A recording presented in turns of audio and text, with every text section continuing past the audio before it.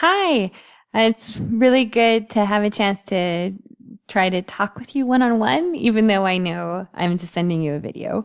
But I wanted to give you some very personalized feedback for your upcoming TED Talk speech that you're preparing for the end of the month. And first of all, compliments. What a great preparation handout that you've turned in. You're very thorough. You've addressed all the elements of the handout, and you even have your research done. So outstanding. I'm super proud of you. I hope you're feeling pretty good too. Before I move into giving you specific feedback for the intro, body, and conclusion of your speech, I want to apologize for having the dates wrong here and the directions for the assignment. I think I must have clicked by mistake on the wrong file when I uploaded it. Please know it wasn't my intention, and I'm sorry if it caused any confusion. It doesn't, from the results of your hard work, it doesn't look like it has, but I just thought I would apologize just in case. So your introduction here is, outstanding. I think the topic that you've chosen, group communication, is especially important, and your focus on leadership makes sense, especially with the goals that you set for yourself for our communication course this semester. Beginning with the quote, always a good move, very creative, and it hints on the relationship between communication and effective leadership. So that's also powerful. I'm trying to imagine how you're going to elaborate on this for your audience, but I think that all depends on who your audience is.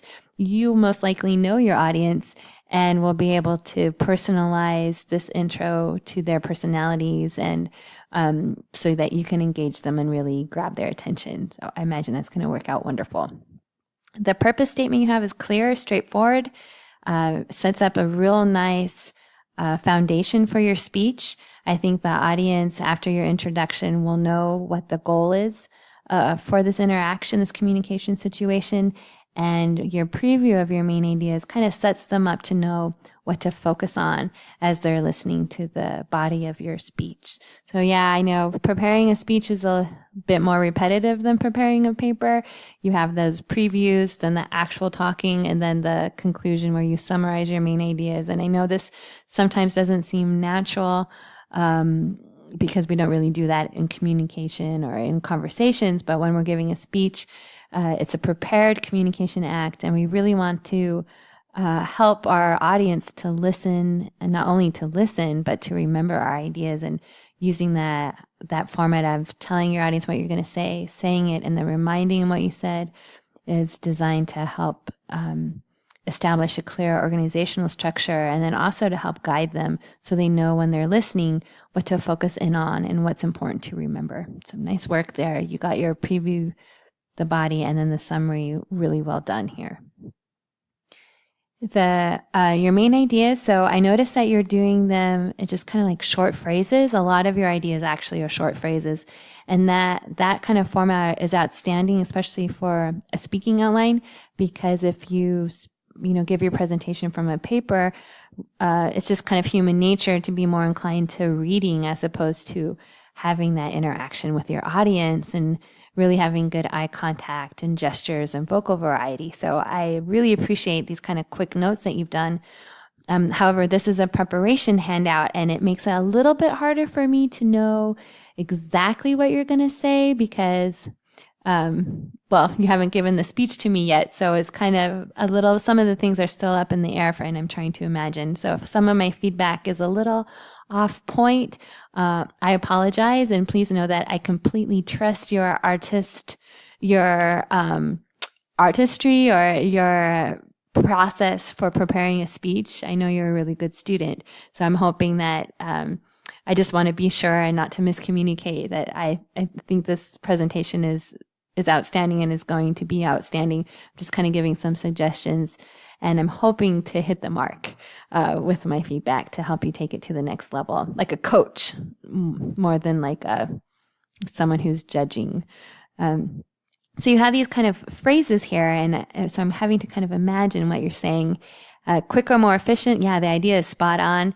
And when I look down, I can see that you're talking about strategies for completing tasks quicker, for using groups in a way that isn't bothersome or kind of bogged down, because that can happen. And I'm looking through. So as I'm looking through these ideas, again, I'm curious about what the sources are.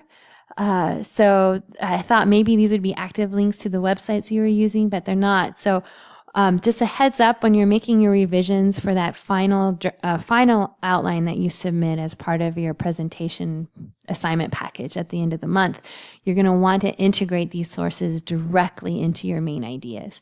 And it's really helpful for lots of reasons.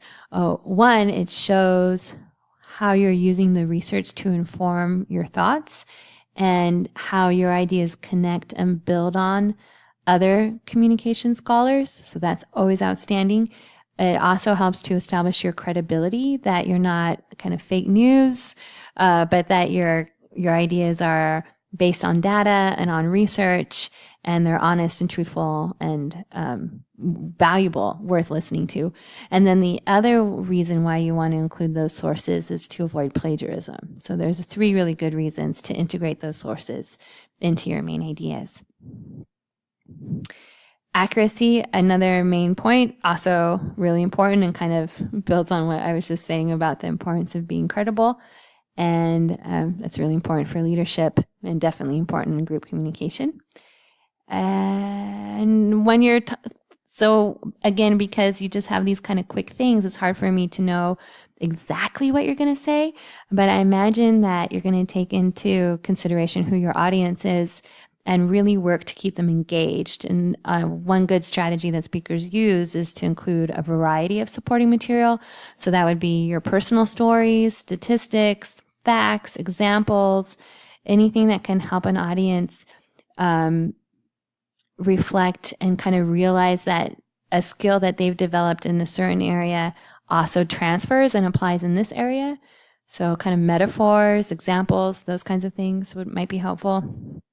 And then your personality, you might include some jokes or stories or something that kind of highlights your own personal style as a speaker and integrates that within your presentation. And your last idea is leadership. Again, outstanding, wonderful point to end on. I think you have some great ideas for how to elaborate. It's just because you have them so briefly stated. I'm not quite sure, excuse me, where what you have like already solidly planned out, and what areas you might need a little bit more material in. But I'm trusting that you know that, so that's okay. The transition's outstanding, and so we're moving on to the conclusion. You got your summary here. It's perfect. You reinforce your purpose statement, also perfect. And your memorable ending, it's kind of almost like a challenge. I like it. Yeah, sounds good. You have your 5 sources. They look pretty good. It's hard to know. I'm trying to think from looking at just the websites. I don't think you have any communication scholars listed here. It looks like Lifehack. I love Lifehack, but I know it's a blog, and I'm not sure what research this particular one is based on. So you might think about how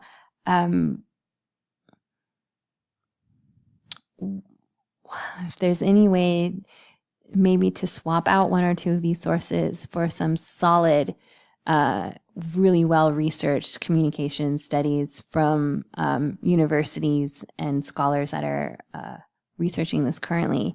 These are good. So if you keep them just like if you use these sources for your presentation at the end of the month, you're good. You're not going to have any points deducted. But between now and then, if you're thinking about trying to find a way to take it to the next level, that would be one way that you could do it. One thing you will definitely need to do before you present is learn how to write these in APA format. So what I'm going to do is I'm going to take you to a resource. So this is from the NMSU DACC library. So if you go to the DACC website and go to the library, look up citations, look up APA format, this handout will come up. And it's just, I think, short. I think it's a 5-page long handout.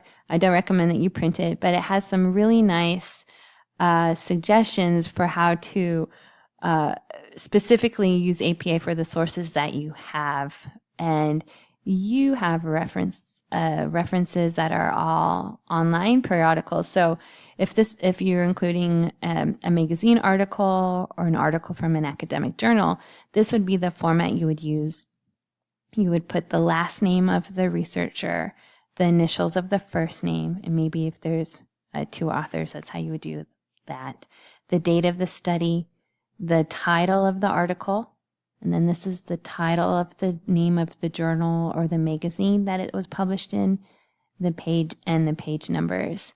And so this is a pretty straightforward. Here's one from the New York Times, so you can kind of see how that works out. Author, the date in which it was published, the title of the article, the name of the magazine, or in this case, a newspaper, and then you'd put retrieved from and list that, a website.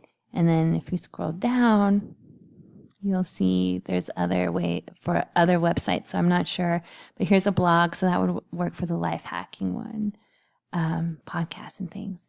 So the information is there for you. It's just a matter of kind of translating the website into this format. And this format, I know, is kind of like another language, but it is kind of an academic language. So it's good to learn for your other classes. And if you decide to keep going with your education, this is the format. Yeah. All right. So before you give your presentation, you have another decision to make, which is what presentation aids you're going to use. And for this assignment, you will need two. And most presenters use a PowerPoint and a handout. And that's kind of the combo, or slide software like Prezi or something. You're welcome to do that. You don't have to. You know what the environment's going to be like when you give your speech, and you know who you're going to be giving your speech to. So definitely choose presentation aids that fit well with the situation. You can use a variety of presentation aids. There's posters, props. You can use a video clip. With the video, do keep in mind that your speech is 5 to 7 minutes long. So you specifically want to talk for at least 5 minutes. And that gives you about 2 minutes to incorporate a video clip if that's something that you're interested in. I look forward to seeing what you decide. You're well on your way to a great speech, and your audience is lucky. They're going to learn a lot. Thank you.